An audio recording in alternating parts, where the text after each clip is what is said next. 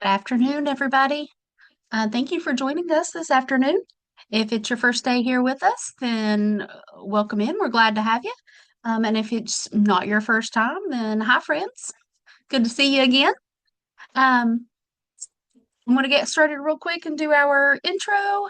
Have a couple things to tell you guys about that's coming up, and then I'm going to hand it over to our dear friend Jim, who has been so gracious to do so many trainings for us, and we appreciate you, man. Thank you for logging in today. So welcome. We're glad you're here. Today's presentation is going to be digital dopamine, exploring the impact of technology on the mental health of young people. It is National Mental Health Awareness Month as well as National Adolescent Health Month. So we're happy to combine those two with today's presentation. So who is Mission West Virginia? Mission West Virginia helps youth and families build brighter futures. We support families in foster care, provide life skills education that helps teens make healthy, informed choices. We work closely with schools, social services, and community partners across the state. You can learn more about what we do at missionwv.org. We have a few programs that we try to help out our youth in the state with, one being Frameworks, which is our most well-known program. They help individuals interested in foster or kinship care. We explain the process, connect families with placement agencies, and help them prepare to support a child in their home. If you want to learn more about becoming a foster and adoptive parent, you can call us here at the office at 866 call MWV or 304-512-0555. We also have the Bridge program, which guides foster care students toward their education goals. We support more than that says 300. It's actually more than 500 students now each year with educational advocacy, mentoring, enrichment activities, college funding support, and post-secondary planning. Students show consistent improvement in attendance, behavior, and grades, and every high school senior continues on to a post-secondary plan. The Think program, which is sponsoring today's webinar, equips teens with the skills they need to make healthy choices about relationships, substances, and their futures. Our curriculum is evidence-based and designed to meet the real pressures teens face. Our educators are highly trained, vetted, and supported through on-site observations, pre-post surveys, teacher and student feedback, and this helps us ensure the program stays consistent, effective, and responsive to our students' needs. Through this, we also provide community and parent education and trainings through workshops and webinars and trainings like these. They can include talking to youth about hard topics, hidden in plain sight, trauma, consent and sexual assault prevention, teen dating violence, many, many more. Speaking of our workshops and trainings, we have a big one coming up on June 2nd. It's called Behind the Screen, Clicks, Consequences, and Prevention. It's going to be June 2nd at the Charleston at the Civic Center. $75 for registration. That includes 5.5 social work CEUs as well as lunch. There's a little flyer for that. You can also find that on our Facebook page or on our website at missionwv.org. We'd love to have you join us. Our schedule for the day is going to include presentations from the FBI, the West Virginia State Police, the Kanawha County Sheriff's Office, the National Center for Missing and Exploited Children, and then our very favorite Dr. Jim Harris is going to help us end out that day as well. Again, we appreciate him so, so much. But it's going to be a good day. So if you would like to register for that, there's still time. Please come join us. Today's presentation also includes 1.5 social work CEUs. Be looking for a certificate to come out. You should have it probably by the end of the week, if not early next week. Give us a few days, though, to get those out because we tend to have quite a few people log in on our webinars lately, which we are so grateful for, but give us a minute to process those. We'll get them out. If you do not receive it by the end of next week, please give us an email here at the office, either myself or to Becky at rwhite@missionwv.org. All right, let's meet our speaker. Dr. Jim Harris is the director of Marshall University's Interdisciplinary Behavioral Health Center and an assistant professor in the Department of Social Work. He is also the founder of Opportunities Consulting Services. Dr. Harris brings a diverse background in health and human services, having served as an early interventionist, parent educator, educational consultant, university instructor, and behavioral health therapist. A TEDx speaker whose talk was selected as an editor's choice video, Dr. Harris has delivered presentations at conferences ranging from local gatherings to international venues on topics such as behavioral intervention, parenting, positive behavioral support, trauma informed practices, and organizational change. Dr. Harris has partnered with both public and private organizations, including the Fred Rogers Company, the U.S. Department of Education, and the U.S. Department of Justice. Known for his practical and engaging approach to complex topics, Dr. Harris helps audiences better understand human behavior, both their own and that of the people they support. And we thank you again so much for being here today. I'm going to hand this on over to you. All right. Thank you, Hillary. I appreciate that. Let me get my screen up here. There we go. And then I'll make this great big. How I look there, Hillary? Look good? Perfect. Awesome. Good, good, good, good. All right. I'm going to make this a little bit smaller so I can still see everybody. Participants. There we go. I like to be able to see what I'm looking at. All right. Well, wow, we got 216 folks hanging out on a wild Wednesday. I'm excited for the opportunity to spend some time with everybody. It's always kind of weird to get oriented to the fact that although it feels like I'm by myself, I'm actually with 216 people. That's always a little bit strange to me. I'm actually trying to get the chat in front of me. For some reason, it's not showing it for me. What I will do is we've got about 90 minutes together, just a little bit under, and I typically will not answer questions, and it's not because I don't want to, it's just for the sake of time. We don't answer questions in the midst of the presentation, but I'm happy to answer them at the end as they kind of come up in the chat. If we can kind of come back and I'll review any questions that folks might have. I'll So that, monitor those and thank let you. you know what we got. And I'll leave some time at the end so we can kind of jump into those and answer some of those questions people might have.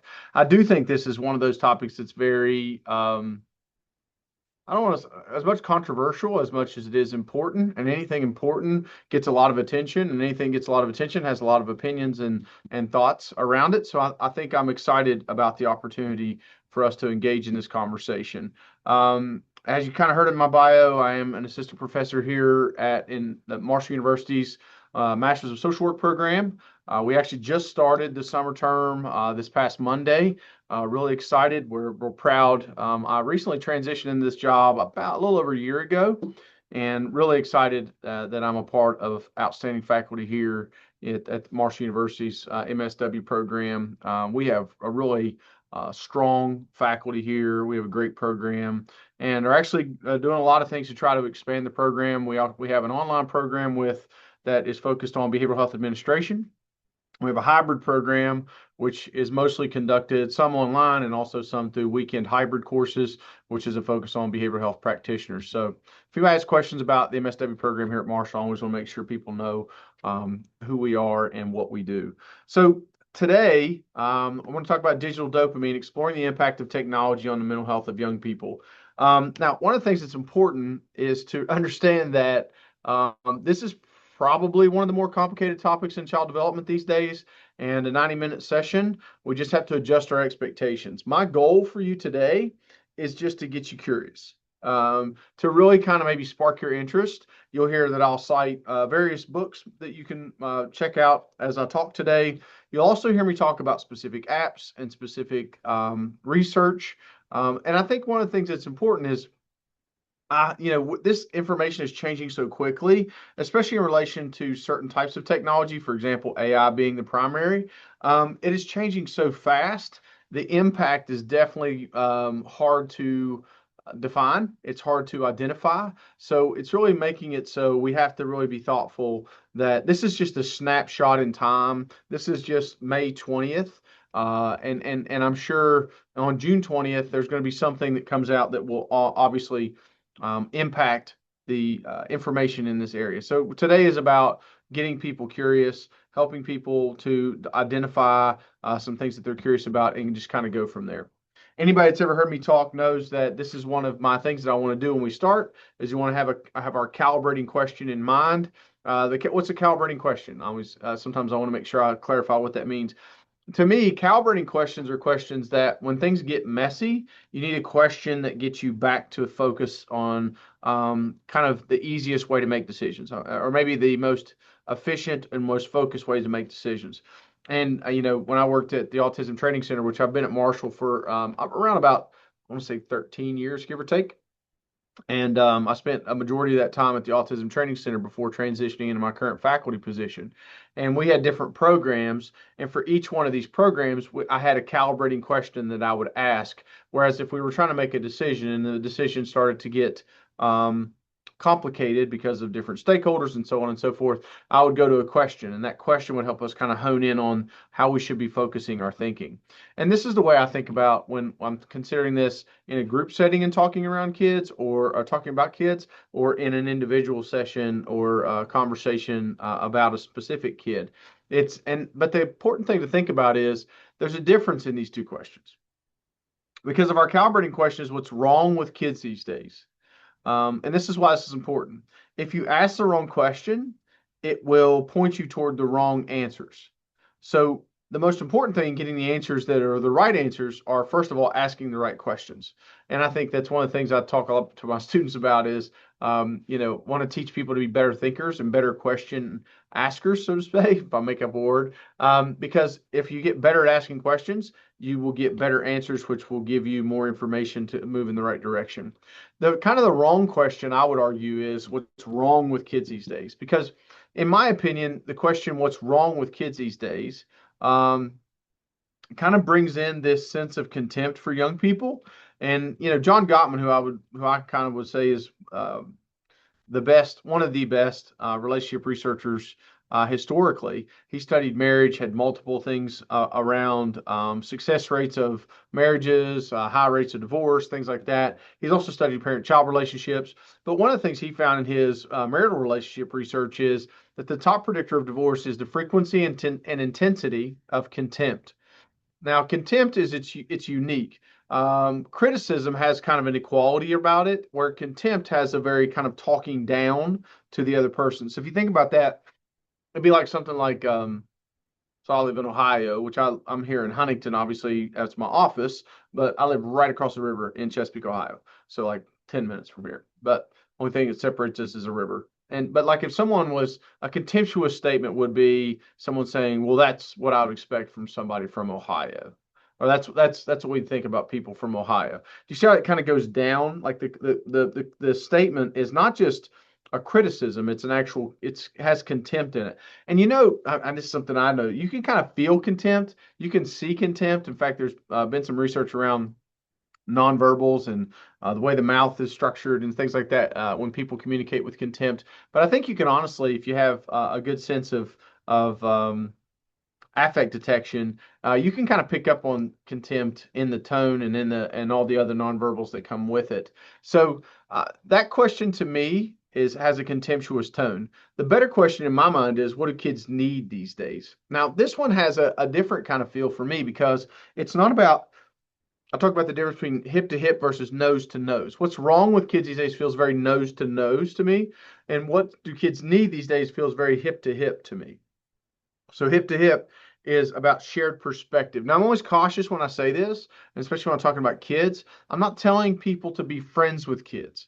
Um, you know, I want you to be kind to kids, but kids don't need us as adults to be their friends. They need us to be leaders, mentors, and thought partners. And I always want to make that clear that when we say what do kids need these days, and I talk about hip to hip, I'm not saying that kids and adults have equal power and authority. What I'm saying is they should have shared perspective. And what that means is shared perspective. I always think of my sons this way. I have a 19-year-old and a 16-year-old. Just took my 16-year-old today he passed his driver's test. So like we just had a big family milestone rite of passage today. Cody got his driver's license.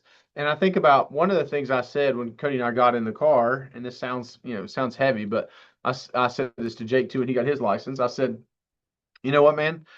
You now have more power than you've ever had coming up to this point. You have the ability to harm or kill someone through your decision making in a almost on a daily basis when you drive this vehicle. You have about a 2,000 pound weapon if you're not careful. And I'm not saying that to scare you or intimidate you. I'm saying that so you can understand the gravity of the responsibility that getting the license is a thing, but now the responsibility that you take on every time you get behind the wheel.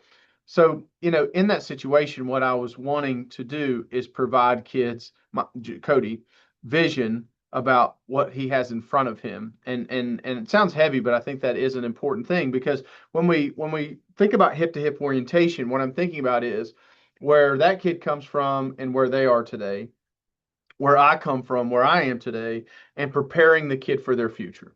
And I think there's lots of ways we do that through career exploration, development work ethic, values discussions, things like that. So what I think about is when I'm hip to hip is what does he or she need to prepare for the world ahead? And so I think that's something that I like to communicate to teachers and to entities and to families about the importance of that hip to hip orientation and that better question. And I've talked about this a bunch, so I'm not going to really dissect this too much. One of the things I just explained is that everything on this slide, a previous generation thought was going to ruin the previous generation thought was going to ruin the current generation. It's easy to forget how controversial some of these people are, or were, I should say, not are, were. Elvis Presley's hips were considered such a cultural violation in the 1950s that they'd only show him from the waist up because they're afraid his hip gyrations, which is funny because gyration seems like a word that's inappropriate, but it really just means circles. His hip gyrations were such a violation of the cultural norm that Ed Sullivan Show and similar shows didn't want to show his hips because they're afraid that it would violate their social contract with their viewers. Kiss, which we all, probably remember. Some of you don't remember Kiss. I always forget that there are lots of young people in the field now that maybe have heard of Kiss or seen someone wear a Kiss shirt, but have no real sense of who Kiss is. But Kiss was a very controversial group back in the day, and so much so that they would there was propaganda that it was an acronym, right? That it was a couple of that you would hear is Knights in Satan's Service or Kids in Satan's Service, and that if children listened to Kiss, they would somehow become possessed by the devil and make devil-like decisions and so on and so forth. And that was pushed forward by I learned it at Vacation Bible School as a 7-year-old. So that tells you how much of an institutional idea it was. So, but if you think about society now and how things are different, the example I've given for years is, when Cody was 13, he's 16 now, and we were watching Dancing with the Stars. And you don't really think about it until you're watching with your kid. And like I was a former NFL wide receiver or running back standing in the middle of the dance floor, and outruns like an almost dressed lady, like looked like she was just wearing glitter, and that was it. And she kind of comes out and she climbs up one side of this man and down the other side of this man, doesn't even touch the ground in between. I look over, my son, who's 13 at the time, is like leaning in, right? And you think about her lack of clothes in like, let's say 1950, that would have been considered pornography. I don't think that's an exaggeration. It doesn't feel like an exaggeration. And then I even think about music and how much, like, if you listen to a Kiss song these days, it just sounds like pop music. It's not scary. It's really just like pop rock music. And now we have things that are like, they went from like rock and roll to heavy metal to death metal and all this stuff. And it's just like how fast things advance. And the stage that gets set for this around technology is, and I've asked, thousands of people throughout the country actually about the idea of how hard kids have it these days. I don't know if I don't know if that comes up enough. I don't know if we talk about that and give it its due. And the way that I always kind of approach that is if you have a teenager either in your home or in your life that you have a close relationship with, would you trade places with that teenager and run back your teenage years? And I think what we would find is most people would not. In fact, I've asked that question, like I said, to thousands of people all over the country, and only one person's ever raised their hand that they would trade places. I actually went to that guy and said, like, hey, what is why would you want to trade places with teenagers these days? And he goes, I really love video games, and they have much better video games than I had growing up. And I was like, well, that's fair. Okay, so one person, so like 99%, no one wants to trade places. The one guy wants to play Siege 2026. So I think that's one of the things that we want to think about is, we at least would believe that socially, we believe that kids have it harder these days than we had it growing up. And there's an easy way, and one of the things that I always think about is to really consider you when you were younger. One of the mistakes we make is we consider us now and our decision making and compare it to the decision making of adolescents at their stage in life.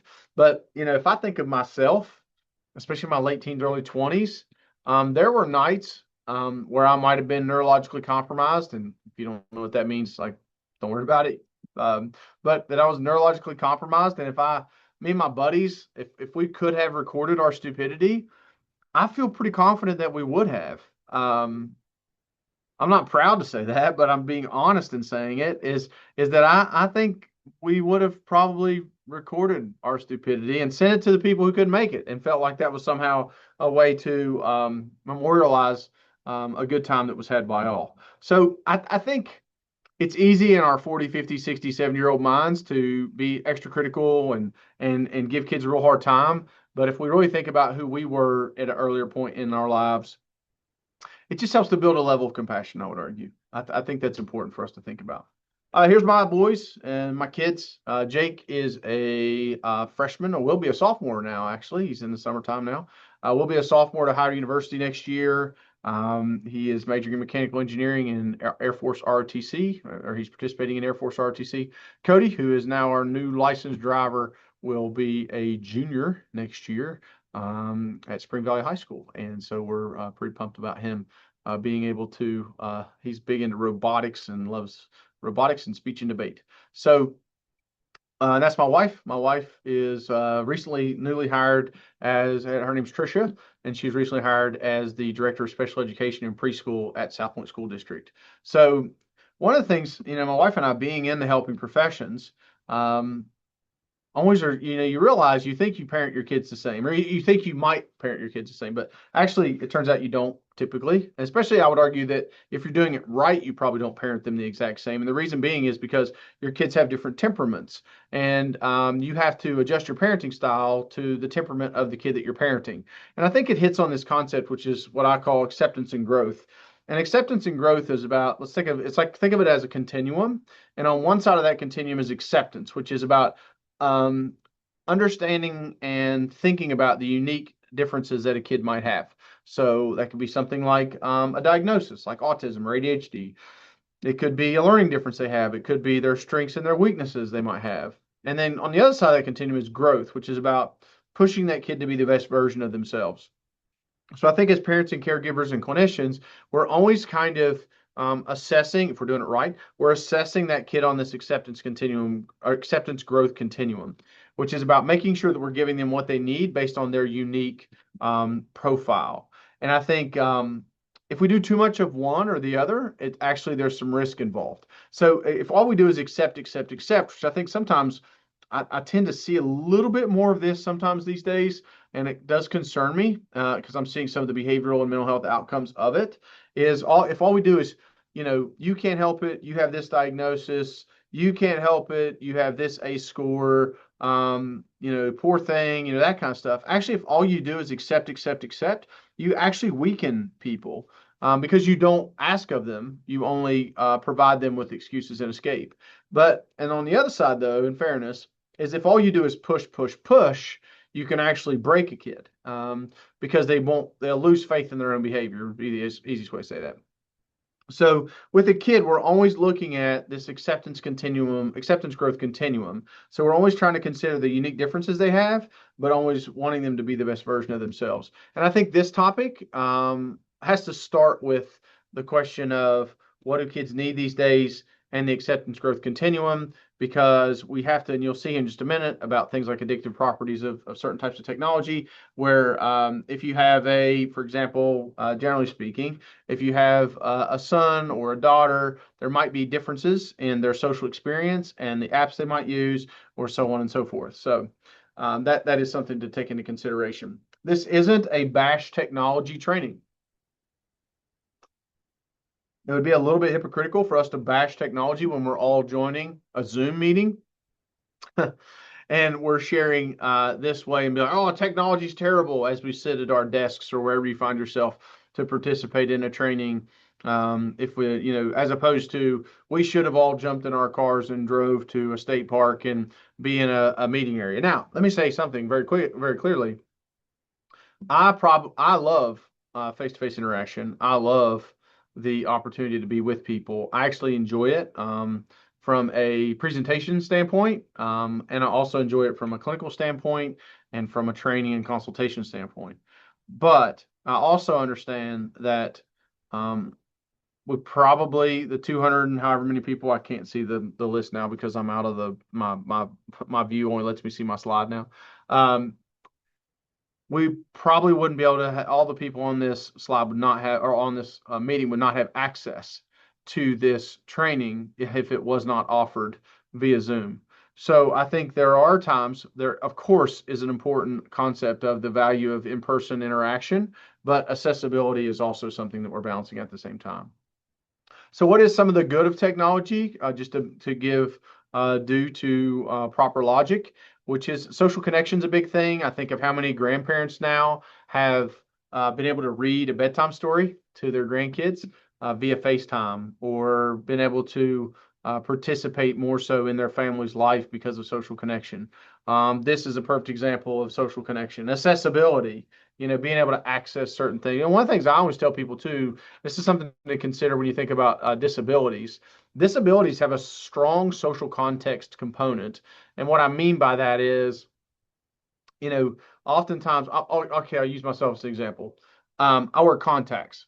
My vision is atrocious. If you know anything about vision and the numbers that they assign, if you don't wear glasses or contacts, you probably don't know this stuff. But my vision is a negative 11.5. Now, what that basically means is I can see light and movement without my contacts. That's it, light movement. That's all I can see without my contacts. So I always have extra contacts. I'm doing because I can't drive, I can't do anything. I'm basically useless without my contacts.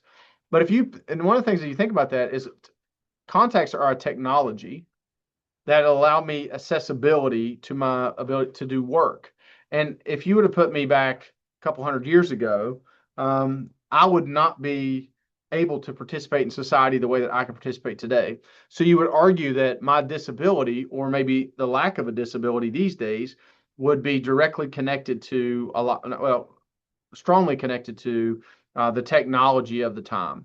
And I think about, I'm also, an example I would give for myself is I have a reading disability. I've struggled. Reading's been a difficult thing for me my entire life.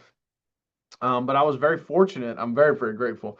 Very, very fortunate that in the early stages of my career was when you were able to get more books on tape and books on CD. And I was able to, and I drove a lot early in my career, and I listened to hundreds and hundreds and hundreds of hours of books on mental health and on diagnoses and medications and so on and so forth. And I was able to access information via technology. So I think one of the things we always want to consider, and I think now moving forward, where we're going to see things like AI helping with a variety of things like problem solving. And I know this is a controversial one. I'll talk about it more later. Companionship, things like that moving forward. Safety, if you've ever used Life 360 or Find My or any of those kinds of things, or crash detection in a car using an iPhone, those are all safety things that use to keep people safe. The Ring cameras, so on and so forth. And we have hopes that as technology advances, it helps us solve societal problems. And last but not least is technology oftentimes offers us an escape. It's a Netflix show. It's a Hulu, whatever it might be. And I always tell folks, there is an element of escape which allows us to kind of recharge our batteries. It's when that escape becomes our primary source of functionality or functioning is when that becomes a problem. I'll talk about that a little bit more as we go. Why am I interested in this? The personal impact. I'm a decently educated person, and I wrestle with technology myself.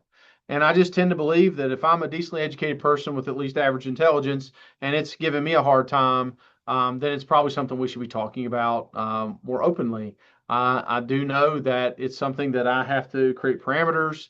It's almost like I would compare it. I wish I could see the chat, but I can't. But I don't know. I would almost compare it to diet, even. I don't know what you guys think about that, but like even like with food, like no one's ever like bought McDonald's and been like, this seems like a good life choice. Like, no one's ever been like, yes, double quarter pounders seem like exactly like kind of life choices I should be making right now. I don't know if there is that moment where that's the best life choice, but I've definitely bought double quarter pounders and I've known better, but knowing better and doing better is two different things all the time. And technology kind of gets me in that same vibe where like you sometimes know that you shouldn't be using it, or that it's got a little bit more grip on you than you'd like it to, or you're upset about something that was posted that you're like, why am I letting this get to me? So I felt that myself. So I think that makes me interested. I've watched it impact my family, and we've had to really work hard to constantly evolve our family practices and routines to make sure technology isn't negatively impacting the kind of family we want to be. The educational impact, I do a ton and ton of lectures and training for schools. In fact, that's one of the main areas where I do a lot of my work is in schools, helping schools build like multi-tiered systems of support, helping them look at their discipline practices, helping them look at how to better support kids with mental health challenges, so on and so forth. And one of the biggest things that comes up with teachers and educators is the impact of technology on kids today. And I think that's something that I'm seeing. And also, not even to mention the disciplinary element that it brings in with kids having phones, not having phones, getting caught with their phones, so on and so forth. And then the general social impact of technology, which is something we're seeing, um, a general depersonalization in social interaction and what that social impact is. And now we see things like echo chambers where people only hear people that think and talk like them or that believe how they believe, and how that strengthens the us and them kind of mentality that can commonly come about, and bots and fake news and so on and so forth. It's really it's kind of in the backbone of a lot of our social challenges these days. So there's two things that I want, two areas I'm going to kind of separate the presentation into, which is the when we think about the concerns or the impact of technology on young people, I separate it in these two major buckets. And one is experiential deprivation, and the other is content impact.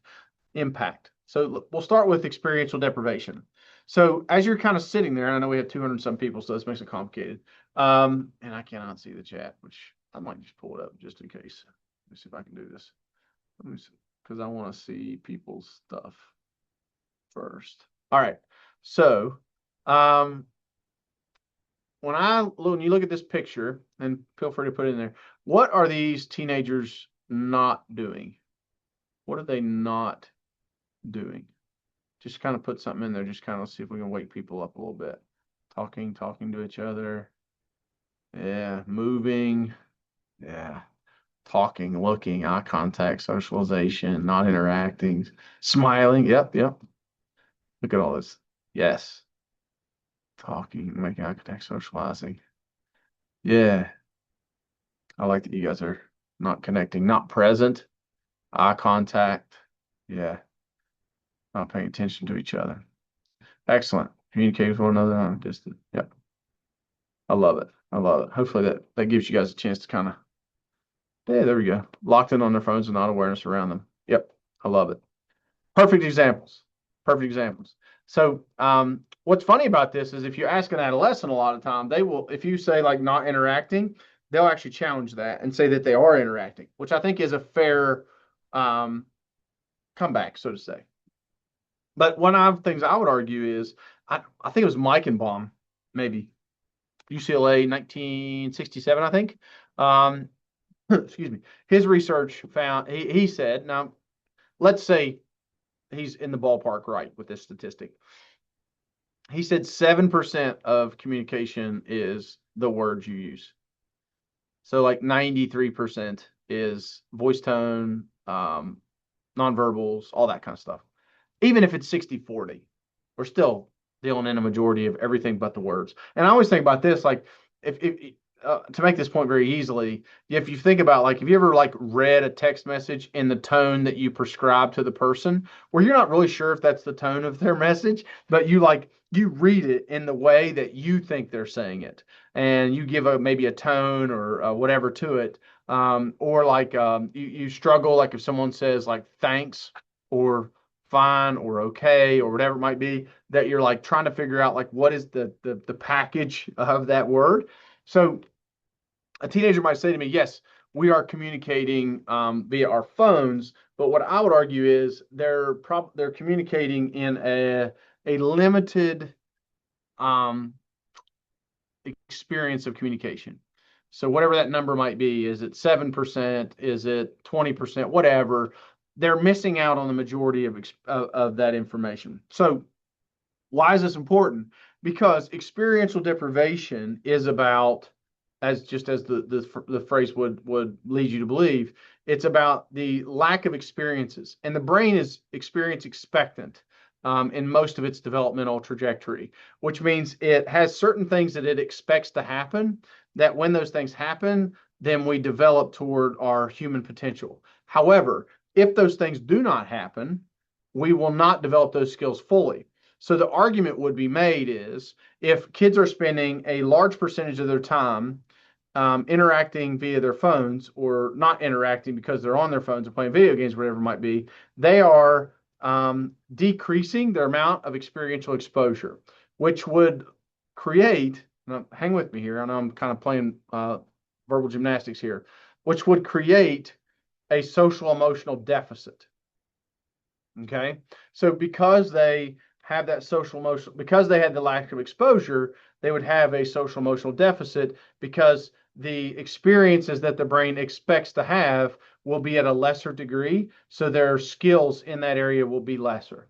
And the way to kind of compare this to a neurodevelopmental diagnosis is like, for example, with autism, we know that one of the key diagnostic criteria is a social communication deficit. So if I have a social communicational deficit, that's what makes it hard for kids with autism sometimes to advance socially, is because their social communication is impacted by the diagnosis. Some arguments around what ADHD being another one that can do that as well. We could argue that the pandemic or COVID, where kids were socially isolated, it created experiential deprivation, which resulted in social emotional deficits. So all that point is it's not always about what's on the screen, it's about what they're doing when they're on the screen, what they're not doing while they're on the screen. Yeah, that's what I want to say. So it's not necessarily what's on the screen, it's about what they're not doing while they're on the screen. So when they're on the screen, they're not talking, not interacting, not moving. And this is true across the developmental span. One of the areas I think this is especially damaging, and not that it isn't as they get older, but as kids are really little, especially, like when I see like 1 year old kids and a little bit older than that on phones and iPads and stuff, it freaks me out big time because their brain is in like that huge developmental sponge range where like they are supposed to be developing at a high rate and supposed to be getting exposed to novelty at a high rate, which is causing that brain development to really, first 7 to 8 years of life to really develop fast and create some foundational neurological operations. And if a kid is missing out on a lot of that stuff, some of those windows close and the ability to develop that skill fully like they would have becomes compromised. And we know that from studying things like attachment disorder. So when we look at this, we could say, like kids that while they're on there, let's say think of like a 3-year-old who's sitting on their iPad all the time and playing games. It doesn't matter to me what game they're playing. I don't care if it's the magical letter game where they're suddenly going to be able to read at 4. What they're not doing is they're not climbing, jumping, crawling, grabbing, playing in dirt, interacting, sharing, parallel play, collaborative play. They're not doing that stuff. So they might be a really good reader because they did this PBS Kids letter recognition thing, but they're going to be a really good leader who no one wants to be friends with. And I think, one of the things that Peterson, an author that I like, he talks about is you want your kids as much as possible to be likable because people will want to help them. And the more likable you can help your kid be, and I'm not saying, understand there's a lot of nuance in that, then more people want to help them and other kids will want to socialize with them. Sorry, I'm taking a drink. I get excited and I talk really fast. So understanding that those early life experiences and the disruption that technology can bring can be absolutely damaging in that way. So we know, like I just said, is experience expected development and understanding that there's this period in our lives, especially in the terrible twos and terrible teens, that we want to be looking at. Those are really accelerated points of neurological connection and also pruning. The easiest way to teach that is in those very sensitive times of neurological development, it's like cleaning out a closet. So if you have this closet that's got lots of stuff in it, before you clean out that closet, you're going to get everything out. You're going to get everything out, and then you're going to look at all the stuff as it's laid out, and you're going to decide what you want to keep and what you want to get rid of, kind of like an HGTV show, right? And then you get rid of the things that no longer represent you, and you keep the things that do and that fit, and so on and so forth, and you put it all back in that closet in a more organized fashion. Same kind of concept when you're talking about these very critical points in those at early stage of life in those teenage years during puberty, is the brain is kind of coming apart and then being put back together in a more efficient way. And that's what myelinization and synaptic pruning really is without having a big neurology lesson. So it's important that we also understand that during those periods when the brain is kind of open, for lack of better terms, that they're also quite vulnerable to things like trauma and technology and things like that. So it's always important to keep that in mind.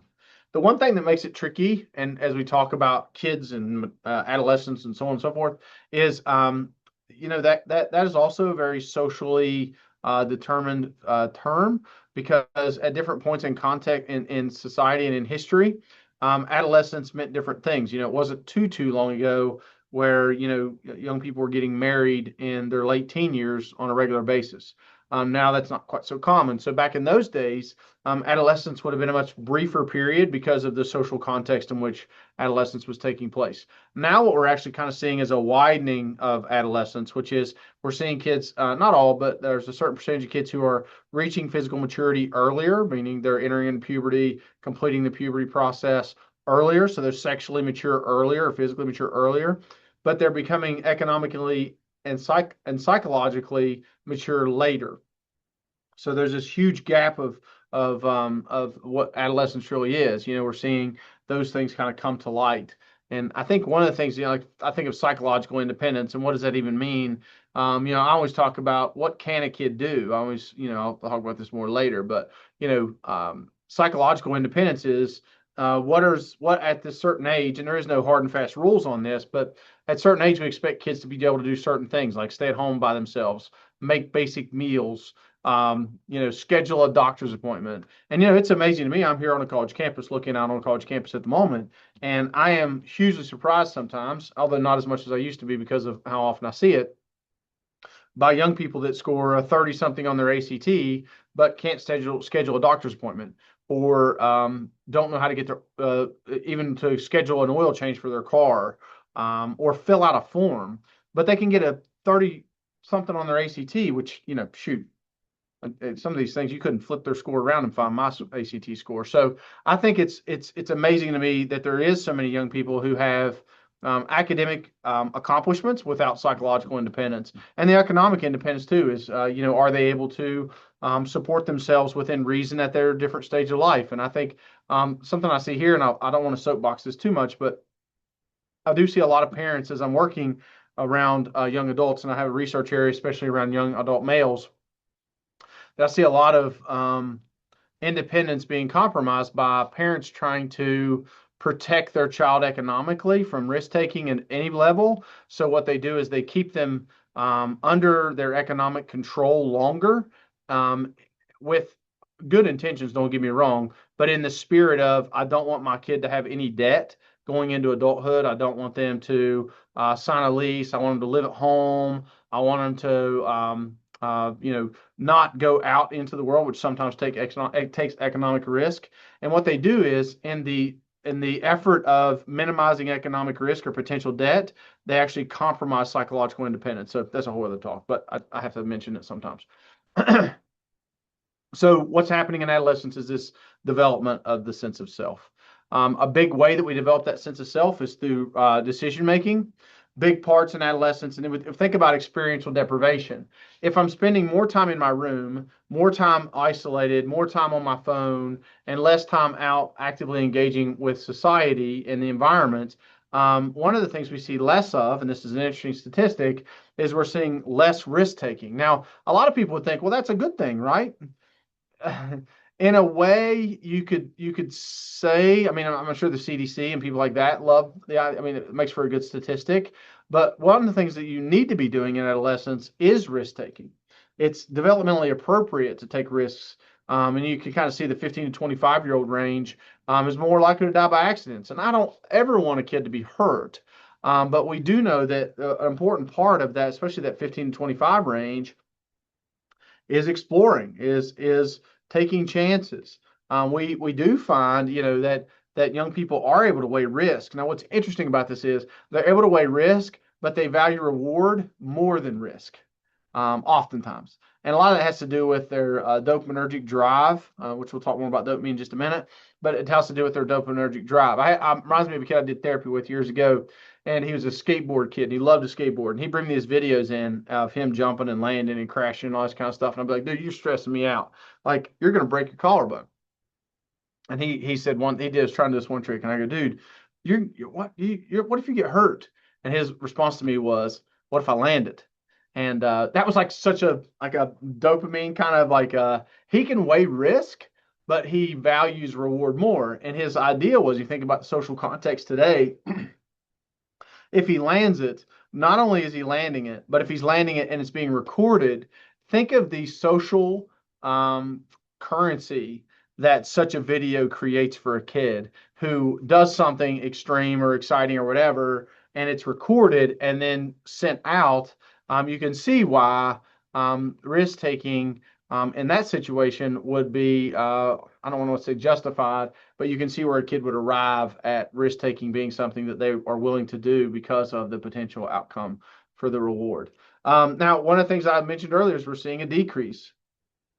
And again, I'm not trying to say we should encourage kids to do all kinds of but the point, if you think about the evolutionary foundation of adolescence, one of the things that adolescents are being pushed to do developmentally is to leave the family unit and go explore and create their own social group. So it's why like teenagers can be such interesting creatures, because they're like moving away from their certainty, moving away from the consistency of the family and the parents or caregivers and so on and so forth. So it's actually natural for teenagers to separate, because that is developmentally what we actually want them to do, is separate, engage, and depart. And then we still have a part of their life, but we can't be their primary caregiver at 25 years old.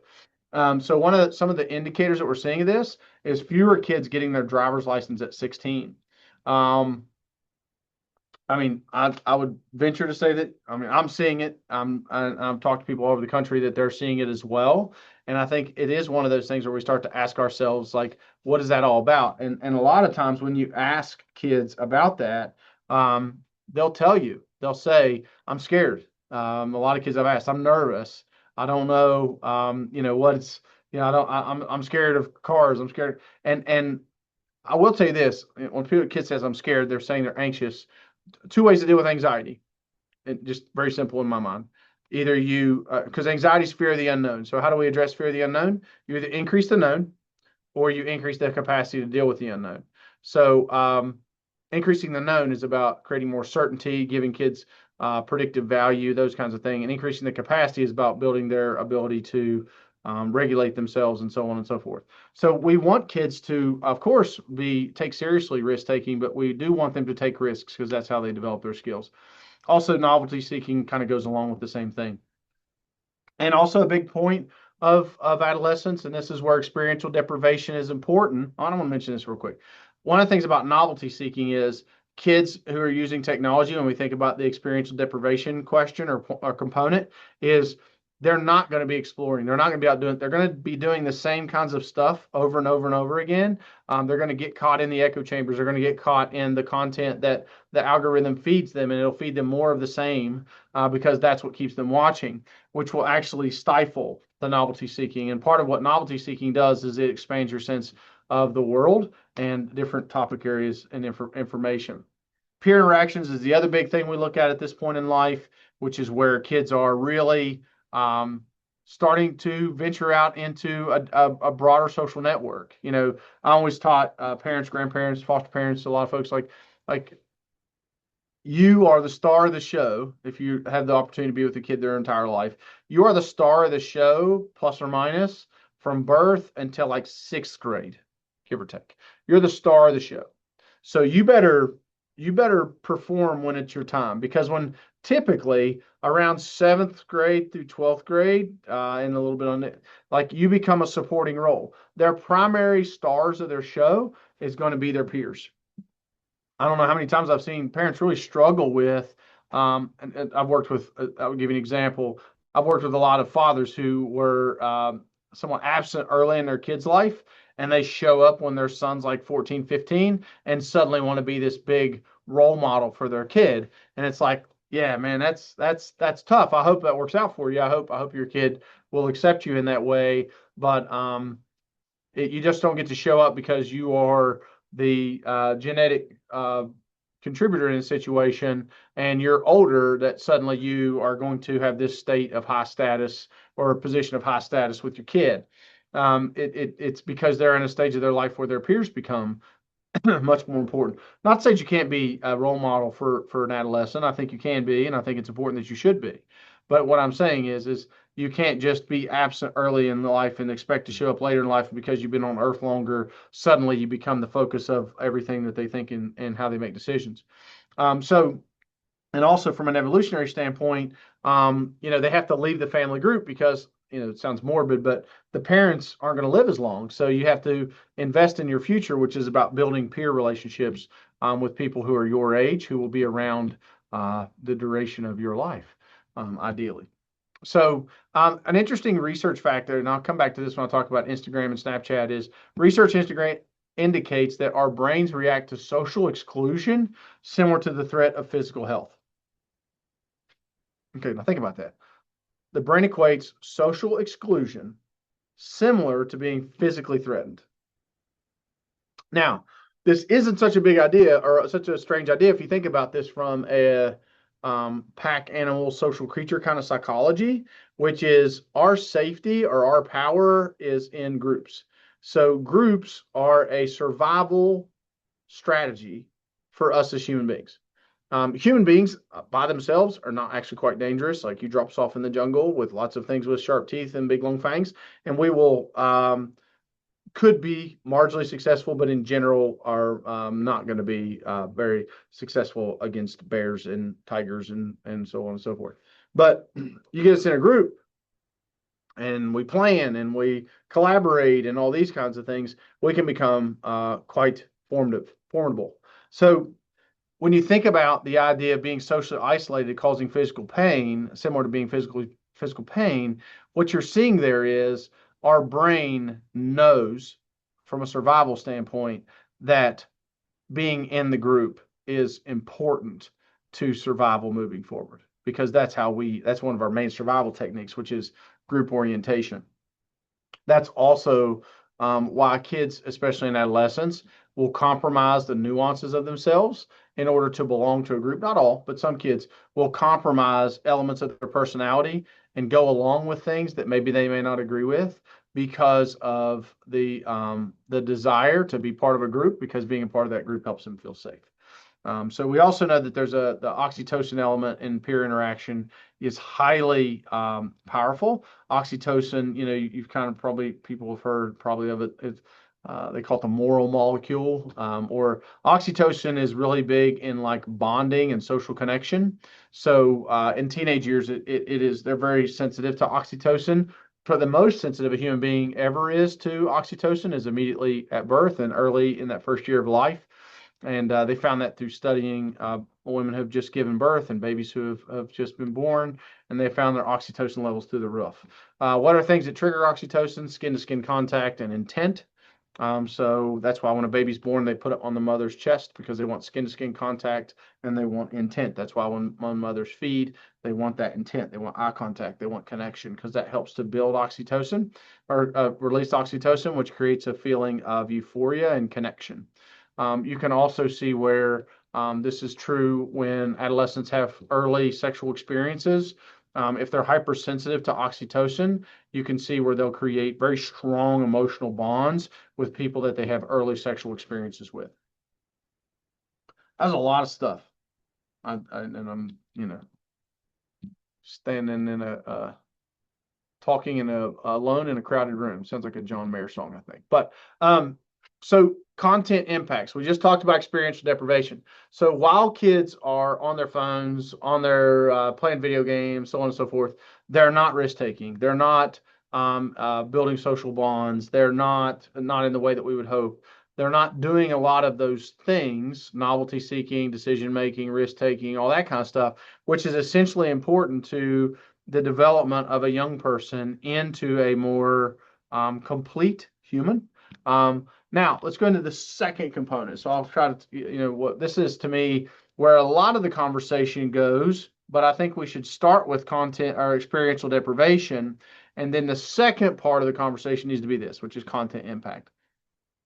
So I want to talk about a variety of different apps and some of the pluses and minuses, mostly minuses. It's just going to be a little bit of a downer when it comes to some of these apps, and kind of talking about apps and technology and so on and so forth. So I want to mention just a little bit about social media. It is the elephant in the room. It is a monster. It has huge social implications. So I want to unpack that just a little bit. So I always think it's important that we understand if you are not paying for something, you are the product being sold. So what does that mean? Facebook is free for us people that are a little older and might use Facebook as opposed to Snapchat or whatever it might be. If Facebook is free because your attention is what is being sold to advertisers. So we have to understand that it is absolutely the word manipulative isn't fair, but an exchange of your attention for monetary value that Facebook receives that goes to third party, businesses and things like that. So if you are paying for it, if you're not paying for it, you're the product being sold. I think it's important to teenagers know that. Like, TikTok's free because they're selling your attention to companies. And like, I always find these adolescents, especially college students, are like anti-establishment. This, I'm not going to be controlled by the government, but Meta is like dragging them around by their Facebook or by their cell phone. So it's the establishment. Oftentimes people think of it as the government, but the establishment can also be industry. The systems are governed only by established goals and have no conscience or social responsibility. When they build an algorithm, they're not building an algorithm to have a conscience. They're building an algorithm to have a goal. And primarily that goal is going to be to increase the frequency, intensity, and duration of your use of their product. And however they got to get you there, they're not worried about you being late for work. They're not worried about you being distracted from your kids. They're not worried about the kid not studying for their history final this week. It is really just governed by goals, and not a conscience and social responsibility. There are some conversations about how do companies like Meta and so on and so forth create more socially conscious learning models. Understand it like this, and I'll kind of spoil the ending a little bit for you. We cannot expect the people who are profiting to regulate themselves. It just is a horrible social problem-solving method. You can't expect the person who profits to regulate themselves from the lack of regulation. So I think that's one of those things where, regardless of where you fall on the political spectrum, conservative, liberal, whatever it might be, if you have logic, you know that Meta is not going to regulate Meta at the level that it needs to regulate itself, because if it regulates itself at the level that it should, it will actually impact its bottom line, which, they're beholden to the bottom line oftentimes more so. And I'll talk a little bit more about government systems in a little bit. So understanding dopamine, one of my favorite books is Anna Lemke's book, Dopamine Nation. It's really a lot of conversation just about addictive behavior and some of the neurological underpinnings of addictive behavior. Anna Lembke is a psychiatrist at Stanford, and she's worked with folks with substance use disorder for quite some time and a variety of addictions. And her book really does a nice job of kind of talking about how does dopamine and these kinds of things impact our interactions. And so it's a neurotransmitter in the brain, it's a hormone in the blood, and it's involved with pleasure and movement. A lot of times people think it's just pleasure, but it's also involved with movement too. You get dopamine when you move towards a goal, when you're moving towards something of reward or pleasure. So I think that's something that we do have to really take into consideration is it's not just about, you eat an Oreo and you get a dump of dopamine, or, it's about moving towards something. Now, we do have a tonic level with experience-related fluctuations. So what that means is some people have a baseline of dopaminergic, their dopaminergic system has a higher baseline, which means they have a higher level of dopamine in their system in general. And this shouldn't come as a surprise just because of differences in people's biological components anyways. And there are people with lower levels of dopamine, and there's conversation around, what is the dopaminergic baseline as it relates to things like depression and anxiety and so on and so forth. So you do have this kind of tonic level that you're kind of assigned, that which we probably would look at and say it probably has something to do with what the thing we call temperament could have a dopaminergic component to it. And there's a pain pleasure seesaw. And what I mean by that is, what goes up must come down. So it's kind of physics related. So when you have something that's highly pleasurable, you will have, after that highly pleasurable experience, you will have a dip. You will have a trough. So that's kind of the seesaw, right? It goes up, one goes down, one goes up, one goes down. So one thing we have to understand is if we are having highly dopaminergic experiences, we can expect a trough afterwards, which is what we kind of expect as a letdown, right? So we know that if someone, uses cocaine, for example, and has a high dopaminergic response, when they stop using cocaine, they will actually have a troughing response, or trough, like a feed trough, like a dip. There's a trough, and that trough makes people want to use again in order to get the high back. So that's a way oversimplification, but it's something to think about. And that we also know that there is an element in dopaminergic research where we develop tolerance, where something that used to give us this trough no longer gives us that. On a scale of 1 to 10, it used to be a 9. And then as we do it more and more, it goes to an 8 and a 7 and a 6 and a 5. And the thing that used to be a 9 now is only a 3. It's the same idea of, like, if you drink when you're younger, maybe somebody has like 2 beers and it makes them feel hot or feel buzzed or whatever. And then it goes to 4 and then 6 and then 12 and then a case and then a handle of vodka. So because the brain is really good at adjusting to expectations.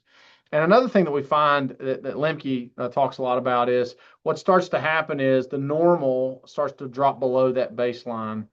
We saw a lot of this, especially when we and I know it's somewhat controversial, but I think it's becoming much more well understood and not so controversial, is medically assisted treatment for substance use disorders. And we started to know that when people stop using a substance, just kind of cold turkey, they will go into a huge dopaminergic deficit, which will create a lack of motivation, feelings of depression and sadness, those kinds of things, which can kind of mimic depression. But sometimes folks will find that through the use of medically assisted treatments, that it actually kind of keeps them from having that huge trough and gets them back into a somewhat more reasonable level of neurological and hormonal functioning. So one thing that's really important to think about is substances or experiences with low effort and high dopaminergic response can be highly addictive. So if it's easy to get and it feels really good, it has a highly addictive value.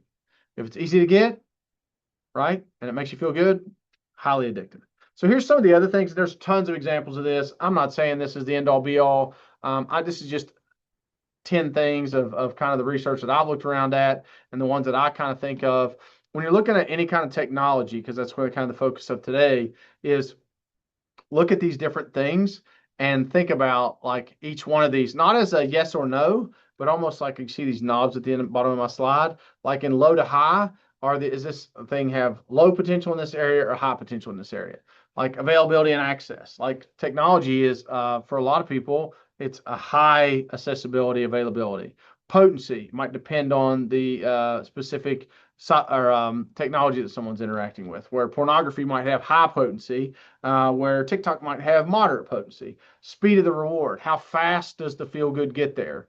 Most of the technology gets it to you pretty quick. Variability of the reward, which is it creates some level of anticipation about what the reward might be, and also novelty, which is new things kind of popping up. But what you find in things like the TikTok feed, which is it's constantly kind of feeding you some novelty and something different, not too different, and wants to be similar enough to maintain your attention, but not, but also a little bit different to pique your interest. Ease of use, how easy it is to get to it, how hard is it to look at your phone now, touch an app, and off we go.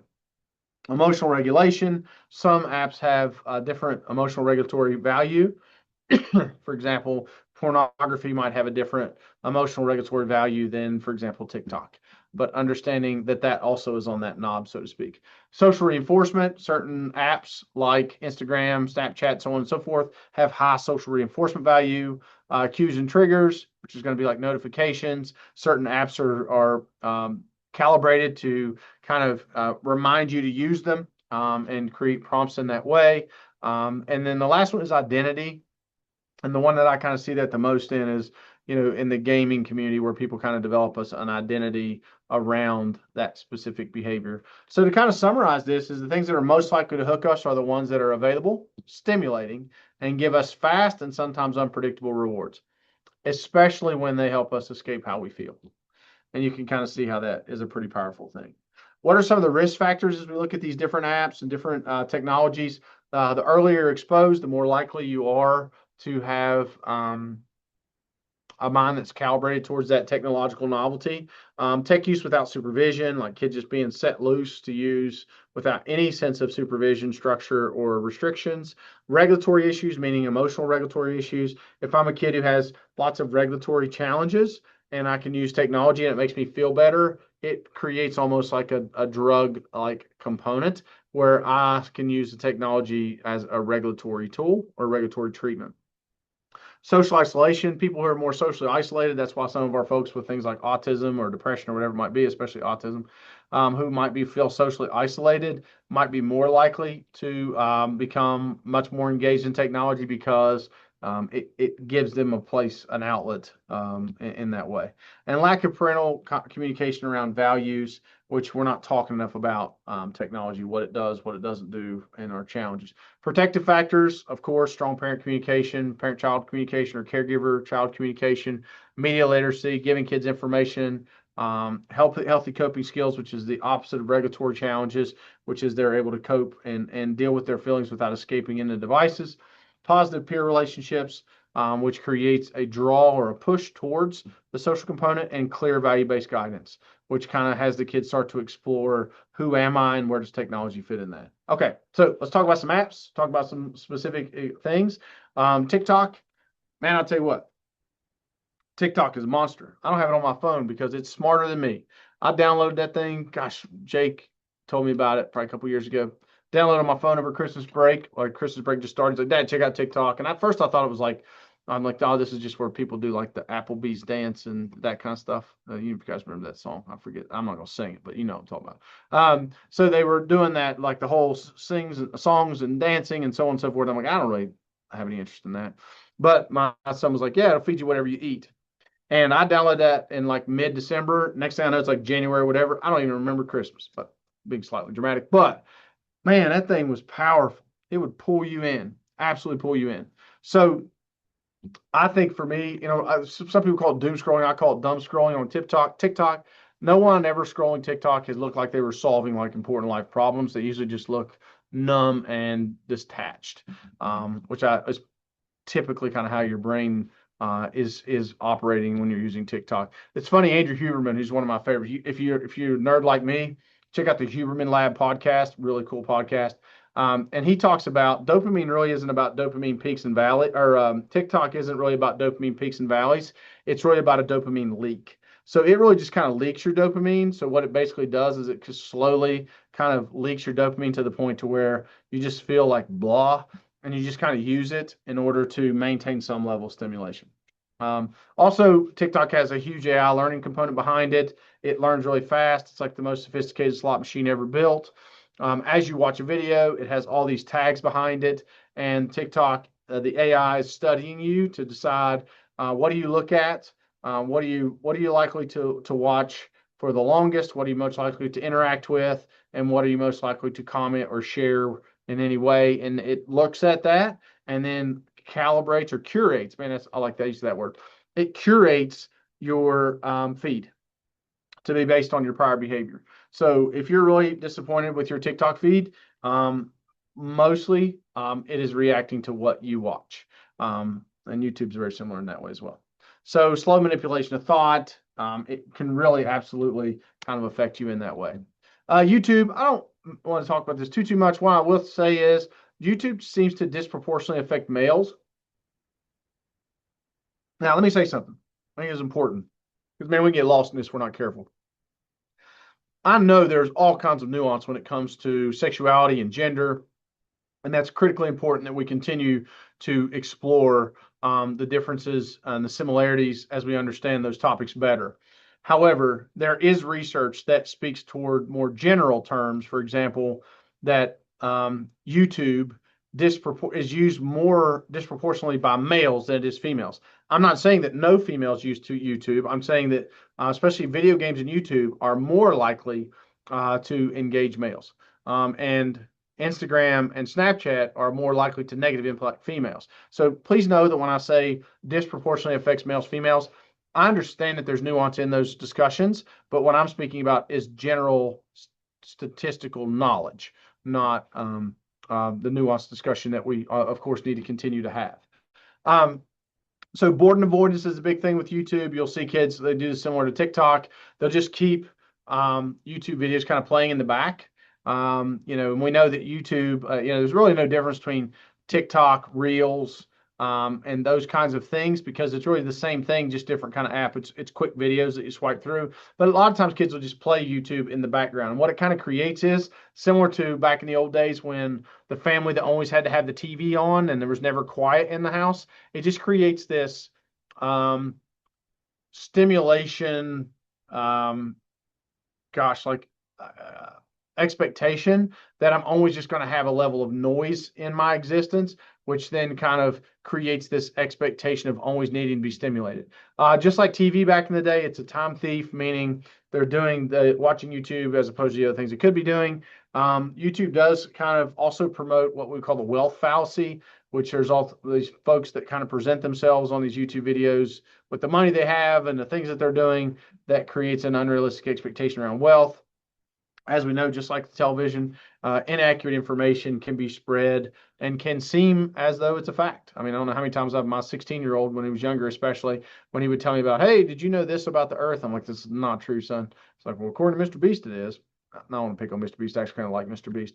But they'll watch a YouTube video and it'll present this idea that is absolutely not true. And a movement towards extreme content. There's a concept called audience capture, where content creators get captured by their audience, and commonly their content, the more extreme content, is what draws more views. So they tend to become more and more extreme in their existence. So pornography. Hey, what's better to talk about on a Wednesday at 2:00 than pornography? Disproportionately affects males. If we go back to the idea of what's highly addictive, it has a significant dopaminergic response, and it's easily accessible. Back in the day, pornography wasn't so easy to get your hands on. Someone had to steal someone's dad's VHS out of the garage or a Playboy or whatever it might be, or the internet was not as easy to access because the family had the computer in the kitchen, which would make for an awkward pornography adventure. So it's more accessible now. I mean, it's on the phone. All kids have to do is click, I'm 18, and they're in. Also a big thing, and I don't want to spend too much time on this, but I think it is important to understand there is a biophysiological underpinning when it comes to the use of pornography that I'll just use a 15-year-old male as an example. as a 15-year-old male is using pornography for the purposes of climax, as they use it, they have a dopaminergic climb. So that their dopaminergic climb is occurring, right? And then actually right before climax and at climax, dopamine is at a very high rate.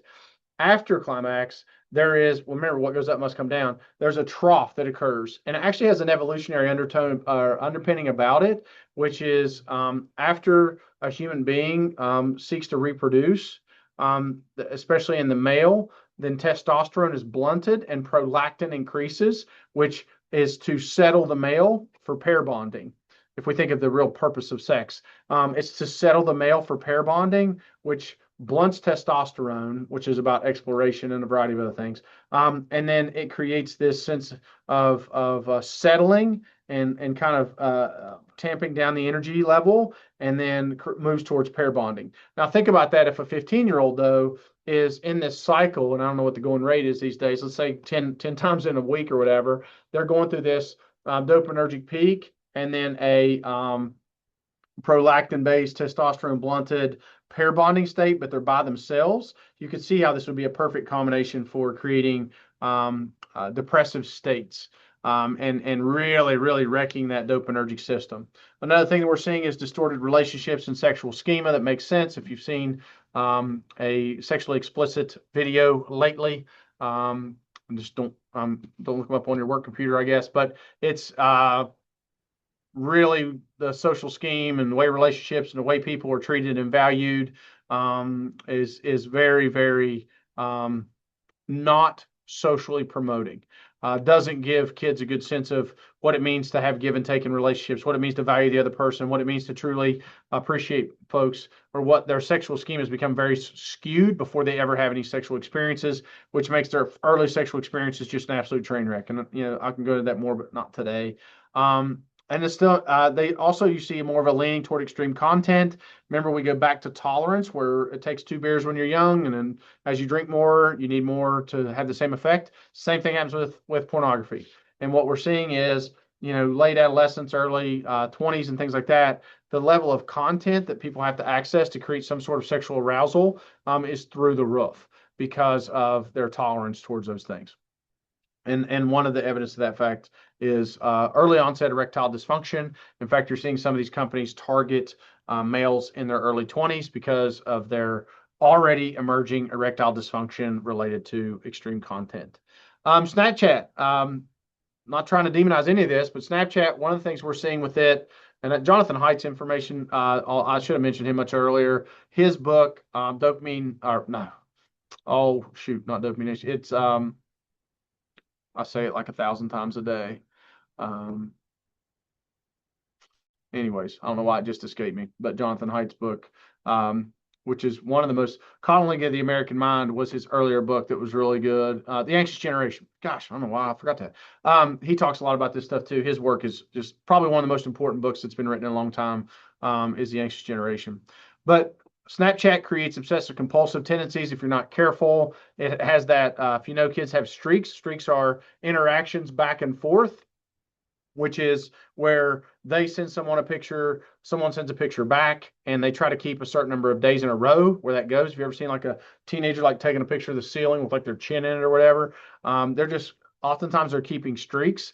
And streaks are about quantity, not quality. So they're just about the very hollow effort of sending you a random picture. So that way we keep our streaks. Kids can get very freaked out by the idea of these streaks ending. They can be a sense of social currency, a way of maintaining a level of social connection with other people. And you can kind of see that kind of come to light. I've had kids who will pay other kids to keep their streaks. Parents will keep their streaks so they can log in because there's such a such a social value on streak keeping. Now, we do know that image-based apps are disproportionately negatively affect females. We know that males are more likely to have physical aggression. This is not, again, this is generally speaking, and females are more likely to have relational aggression. It's kind of like that's why there's a movie, Mean Girls. The movie Mean Girls was about relational aggression.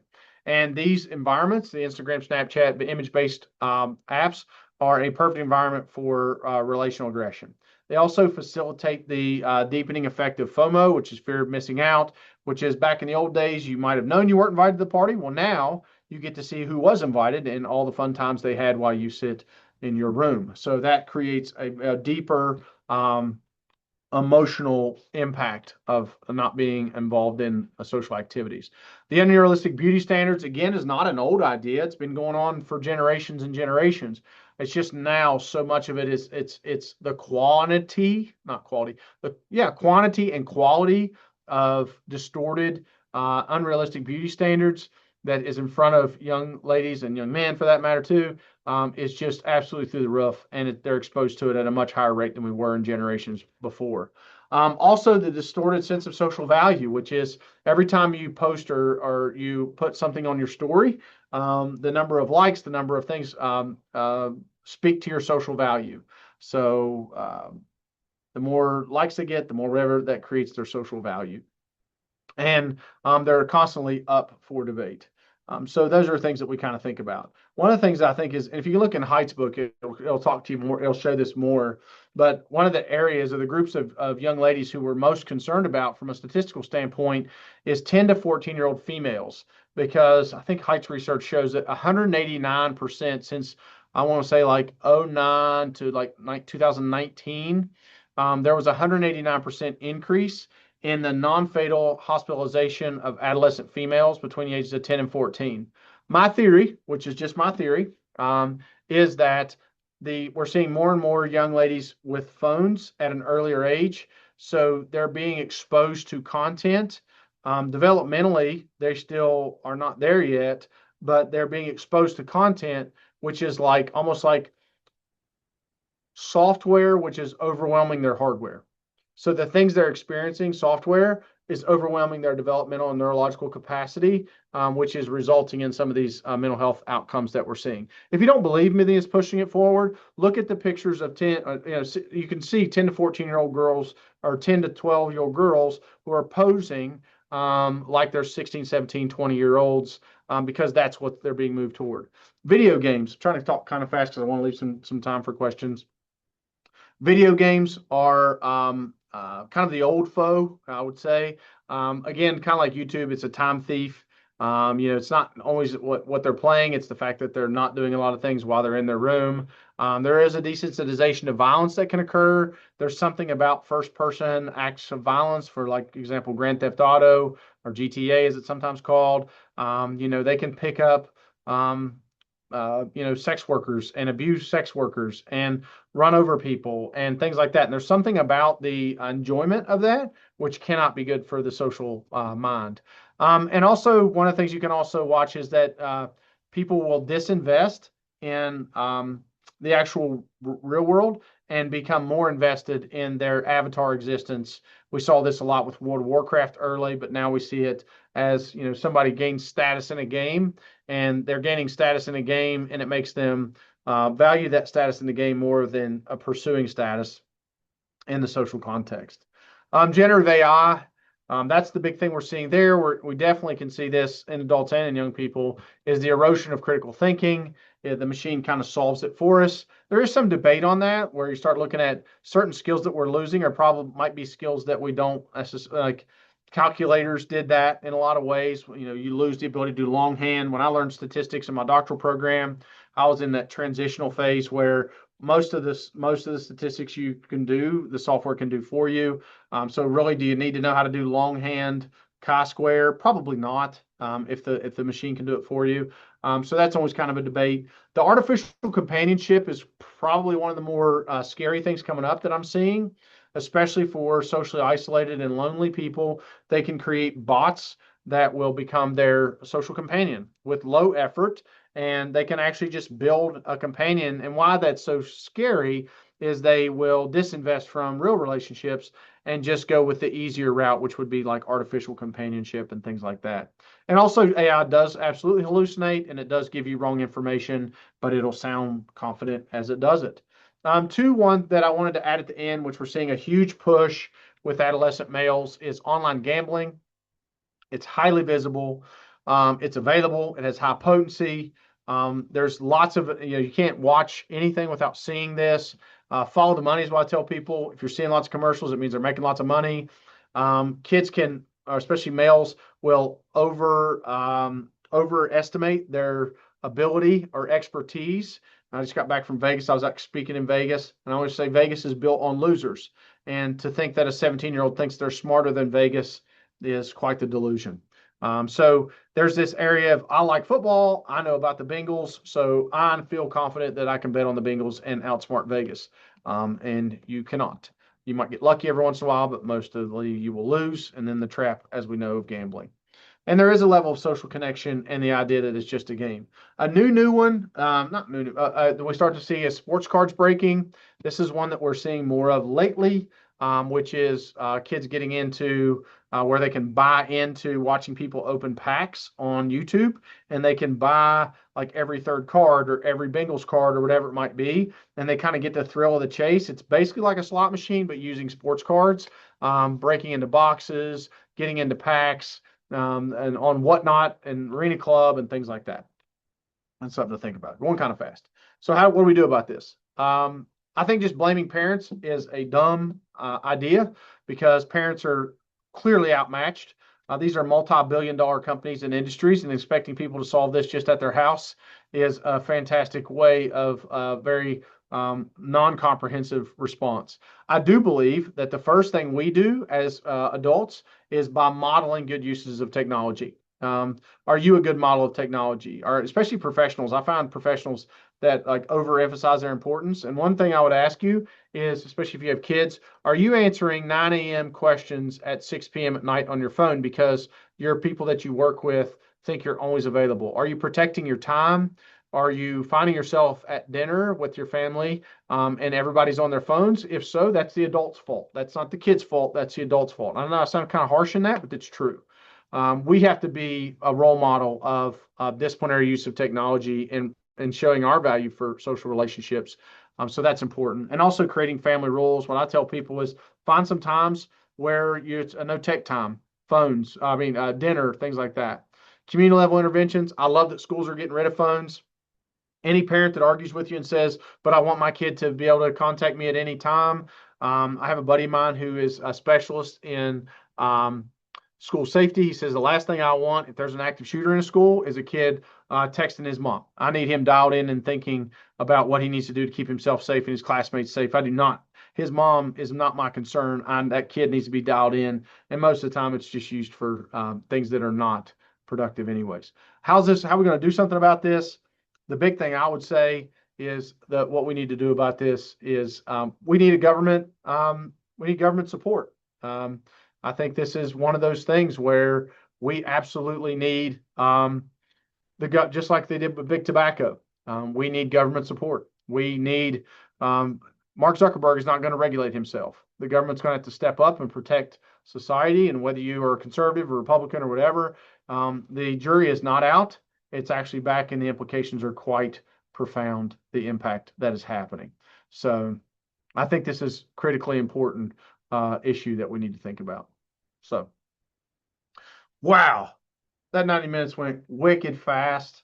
I know I talk super fast, but I wanted to get you absolutely your money's worth and get you everything that you needed.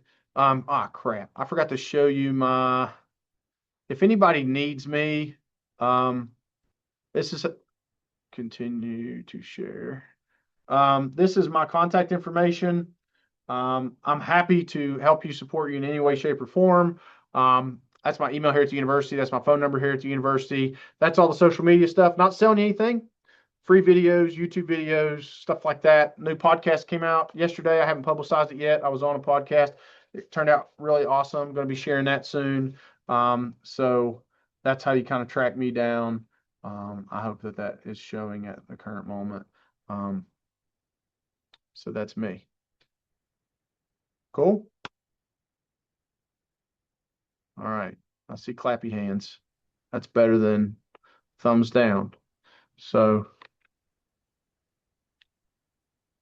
I haven't seen any questions cool. pop up, just lots of thank yous and great informations. Very good. And I appreciate you. It was great. Great presentation as always. Thank you, Hillary. And again, Just a reminder, you can come see us in person, hang out with me and Jim live and in person on June 2nd at the Civic Center if you guys want to join us for that. And you were talking about relationships and AI, and we have a series of 4 webinars coming up into this month and through June, and we're going to be talking about relationships and AI with NTAB on a couple of those. So y'all check those out. One of next Wednesday, we have Healthy Relationships Online starting at 11 a.m. So good stuff Awesome. coming up. All right. Well, I think we're good to go. Again, appreciate you as always. See you on June 2nd. Take Let care, me know yeah. if I can help. Let me know if I can help you out in any way. Thank you, Jim. Thank you. Thank Bye you, bye. everybody, for joining us.